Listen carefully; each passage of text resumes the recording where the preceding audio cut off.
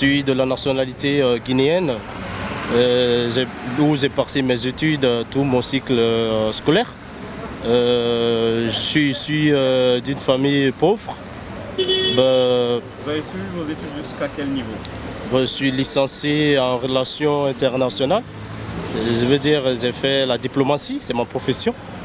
Les raisons qui m'ont poussé à sortir. La première raison est la pauvreté extrême que vivent ma famille. Donc j'ai décidé de les épauler. C'est pourquoi un beau jour, j'ai pris le chemin pour partir vers l'extérieur. Parce que je suis sorti pour partir chercher du travail à l'extérieur. Comme vous savez tous, comme moi aussi, nous vivons dans le 21e siècle.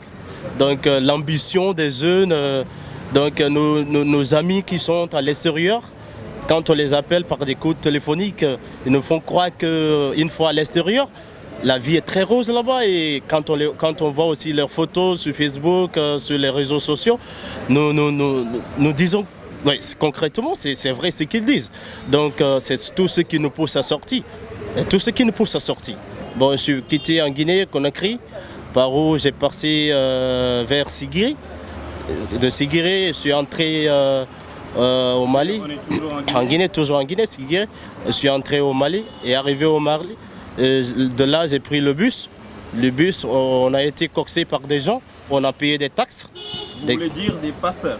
Des passeurs, vraiment. On a payé des taxes et arrivé du Mali, on est venu en Algérie. La première ville en Algérie fut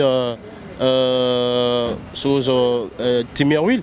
Arrivé à Timirwil, on a été aussi quasi là-bas. On a payé encore des cautions parce que tout au long du chemin. Combien? Donc disons quasiment 2 500 000 en francs guinéens, ça veut dire. 2 500 000 francs guinéens. Et l'équivalent en francs CFA? Non, en euros, ce qui va donner 250 euros. 250 euros. Bon, 250 euros pour que tu sois libéré. Pour venir au Maroc, il faut escalader une barrière. On a escaladé les barrières et c'est là que j'ai perdu mes documents parce que je suis sorti avec mes diplômes de licence. C'est de là je les ai perdus parce que je n'ai pas eu de passeport. Je suis sorti avec un passeport, mes diplômes juste. Vous voyez. Donc c'est là que j'ai perdu mes documents et je suis entré à Oujda, la première ville. Et de Oujda à Casablanca, aujourd'hui je suis à Casablanca. Arrivé à Casablanca, donc j'ai vu que la situation n'était pas comme prévu. Donc tout n'était pas rose à Casablanca. Donc j'ai essayé de demander les gens où se trouvent assez de Noirs, assez de migrants, je veux dire. Ils m'ont dit qu'ils logent tous à Oulésiade, je veux dire la gare routière de Casablanca. Donc pour commencer, il faut parler du comité Intus, le comité avec lequel nous travaillons aujourd'hui, dans lequel je travaille, qui effectivement apporte une aide assez conséquente aux migrants à travers les aides médicales. Et nous sommes accompagnés par la Banque de solidarité de Guec-Béette qui aussi organise des caravanes médicales pour lesquelles nous sommes partenaires. D'accord ? On a aussi le FRAS qui fait dans la même chose, mais à une échelle beaucoup plus étendue, plus grande, qui couvre toute la région de Casablanca. D'accord.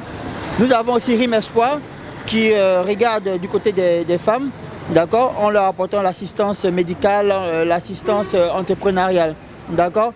Parlant d'entrepreneuriat, tout cela est porté par Boosters Africa, qui est une entreprise solidaire et sociale. D'accord, avec un modèle économique assez intéressant où nous prenons les personnes qui ont des capacités en formation afin de leur apprendre le métier de comment être entrepreneur, comment monter une entreprise, comment diriger l'entreprise. Et pour ce fait, nous avons organisé des formations avec El Sifodem de Moire Média qui a apporté ses fruits, d'accord, avec des lauréats qui voient les projets en train d'être accompagnés ici au Maroc. Aujourd'hui, si on devait solutionner le problème de la précarité que vivent certains subsahariens, quelles recommandations feriez-vous, vous qui travaillez dans le cadre associatif?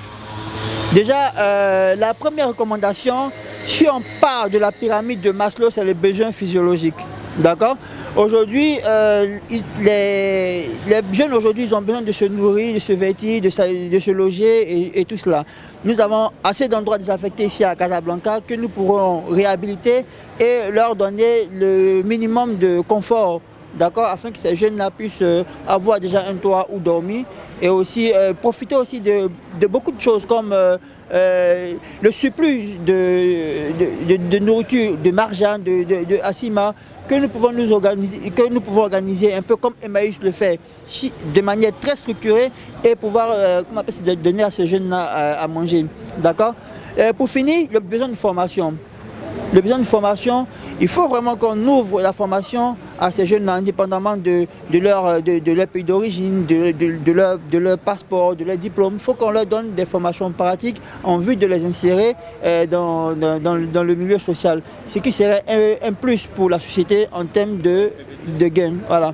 L'OFPPT par exemple, en passant par l'OFPPT ou par d'autres structures qui sont agréées pour faire la formation pratique de ces jeunes-là.